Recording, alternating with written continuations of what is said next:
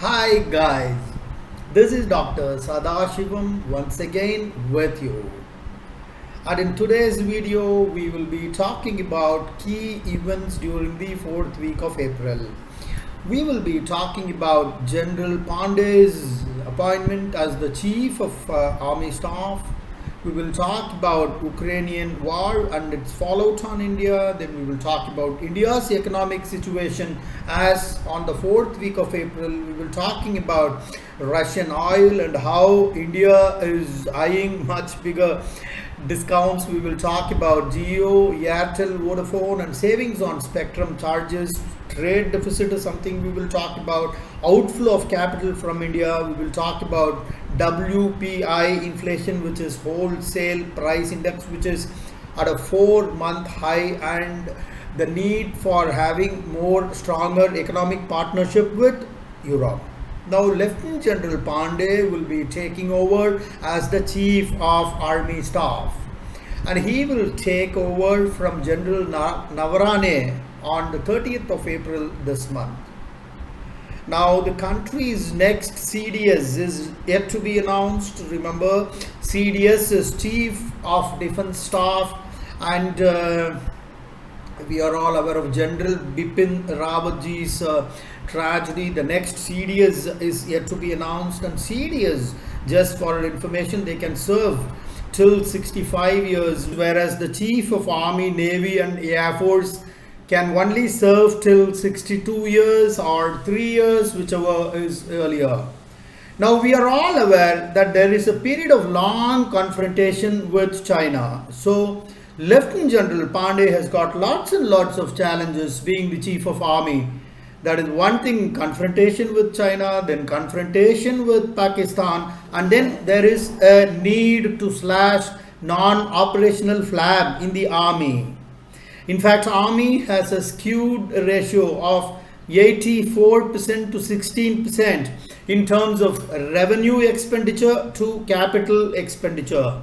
So obviously the focus needs to be on capital expenditure and modernization, where a lot of things can be put into productive use. It's also called as teeth to tail ratio in military parlance. Now, apart from that, he has the responsibility of making the army a lean, mean and future ready fighting machine with much better teeth to tail ratio that we talked about. Of course, he is from the Corps of Engineers, the Bombay Sappers, and he has enormous experience dealing with unsettled borders with China, and he was also the Chief of Unified Andaman and Nicobar Command, and that was a theatre command, and that has put him in a good stead in manning this position a lot better. And best wishes to the new general who is going to protect all of us. Now, coming back to Ukraine war, the war is entering its third month. The world is completely affected a lot, but the good news that is emerging after 2 months of this fight is one can be very safe that other countries may not be dragged into this war. In fact, this war had a great effect on crude oil. Of course, it has breached $100 a barrel at one point of time. At one point of time, it even touched $130 per barrel. And that is over 30% of the budget assumptions, because when we do these budget expenses, everything is calculated based on the assumption that crude oil will be approximately $70, and the fact that it's breached $100 is going to pose a lot of challenges in achieving our own financial targets, and along with that, it has a domino effect on all the other prices, your food prices, your vegetable prices, the edible oil, etc. All those prices have gone up. Now, the Reserve Bank of India has signaled a tighter monetary policy. Now, if you want to know what is tighter monetary policy, you need to go through other videos where I've explained about tighter policy, what is accommodative, what is hawkish stance, dovish stance, etc. Please watch all those videos in order to have a good understanding of all these subjects. And then, of course, global uncertainty poses downside risks to growth. Growth is also important, but at the same time, inflation also needs to be contained. Now growth and inflation, they travel in opposite directions. Now if you look at those challenges, India is far well placed compared to the other countries in the world. In fact, if you look at the tax revenues, they have exceeded the target. In fact, the collections have been 27 lakh crores, which is 27 trillion rupees. It grew about twice as fast as the nominal GDP, and it was 11% of the total GDP, which by itself is a 2-decadal high. It's the highest that we have seen in the last 20 years. And India has enough space to push ahead with infra spending. And we all remember a lot of the emphasis was laid on the capex, both private as well as the government. Of course, the last thing is now the fiscal policies turned to do the heavy lifting as far as the Indian economy is concerned. Of course, private investments are very, very important. Now we are going to talk about India's economic situation. Guys, good news for all of us. The foreign exchange reserves have hit a high of $640 billion. This is one of the greatest achievements in the last 17 years, and we have not seen foreign exchange reserves crossing $640 billion. Hats off to this government, which has made this possible. Of course, bad news is there are widening gaps, trade, supply chain views, your current account deficits, geopolitical shocks, all of that are continuing. But today, India is able to stand strong as a very strong economy. It is because we have enough confidence in our foreign exchange reserves, and these fluctuations, your crude oil touching $130, $100, of course, they will have their impact, but we are not weak enough that we will let things go out of control. Something that has happened in Sri Lanka or Nepal. So some of the positive factors of India, because we are talking about India's economic situation, we are very, very strong. We are a very resilient economy. Finance sector, exports have been very strong. Remittances are high. Tax collections have been very high. We are talking about 27 lakh crores, 27 trillion rupees, guys, not a joke. Tax evasions have become a lot less. Reforms in GST, demonetization, government policies. These are some of the factors that can be attributed. Now, looking at Russian oil, we are all aware of the sanctions imposed by US on Russia. But all said and done, refiners are looking to buy as much Russian oil as possible. They are all looking at big discounts. Now the state refiners have bought more than 15 million barrels of Russian crude from traders using the regular banking channels. Now if you remember, this invasion started on 24th of February. Very important, guys. So as far as the energy exports are concerned, Russia has escaped these sanctions, ensuring a smooth trade. But a lot of sources say that Indian refiners have not received any major discount so far, though the fact remains that every refiner is in touch with Russian oil companies to get more and more discounts. Also, a big problem as far as oil purchase from Russia is concerned, Indian refiners source Russian crude oil only on a delivered basis. Delivered basis means the responsibility of transportation lies on the supplier. Why?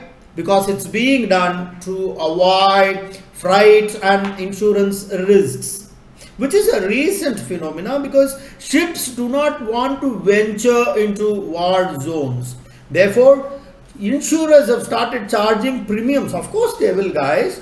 So even if you get a discount of approximately say $33 per barrel, the insurers will charge more than $10 to $15 per barrel. So the discount, you will get a discount of only $20. Anyway, the work is on, negotiations are on, people are looking for big discounts.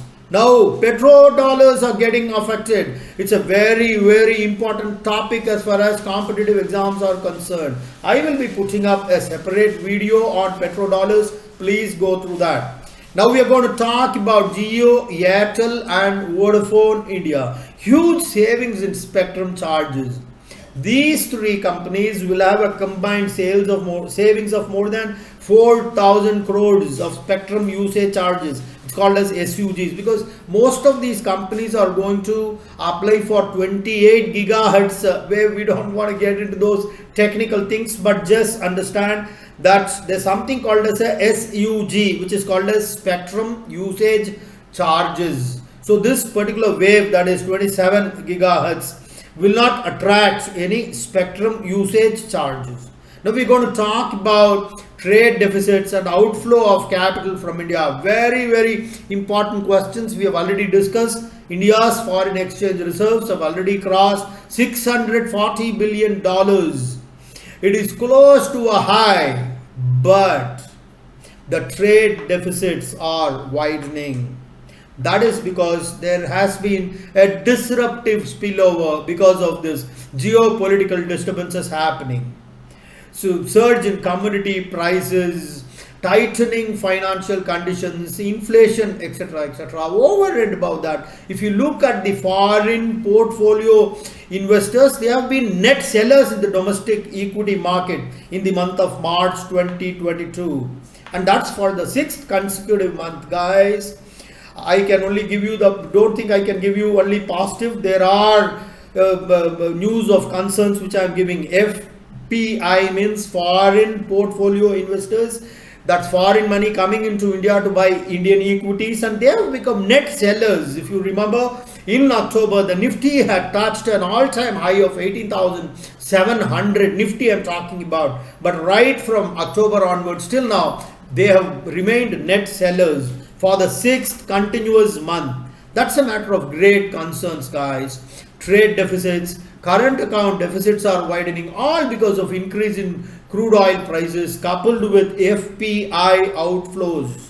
Now, RBI has already dug into its research, because whenever this kind of a crisis happens, RBI takes out its reserves. That is how they will be able to control the fall of the Indian rupee, right? The oil import costs have gone up. We have talked about $630 billion as we speak. Reserves, already depleted by another $20-30 billion, and over a period of time, it can come down. But in spite of all that, we still have enough amount of dollars. Now we are going to talk about WPI inflation, which is wholesale price inflation. Now remember, this 5%, 6% what we are talking about, we are talking is CPI, which is Consumer Price Index.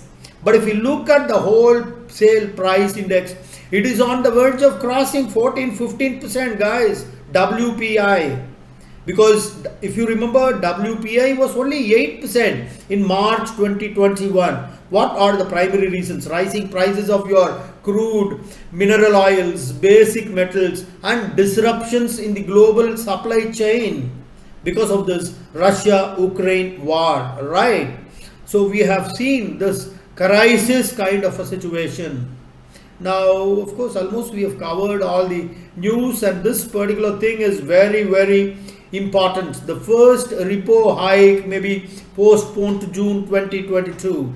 This has already been announced by MPC. MPC means Monetary Policy Committee. Group of officers sitting together. They decide your interest rates. They pull all the levers of the government just to ensure that inflation is under control, while at the same time growth also takes place. So based on that, the first repo hike may be postponed to June, that we've already talked about, and we need to understand that the sustained price pressures could warrant a front-loaded hike.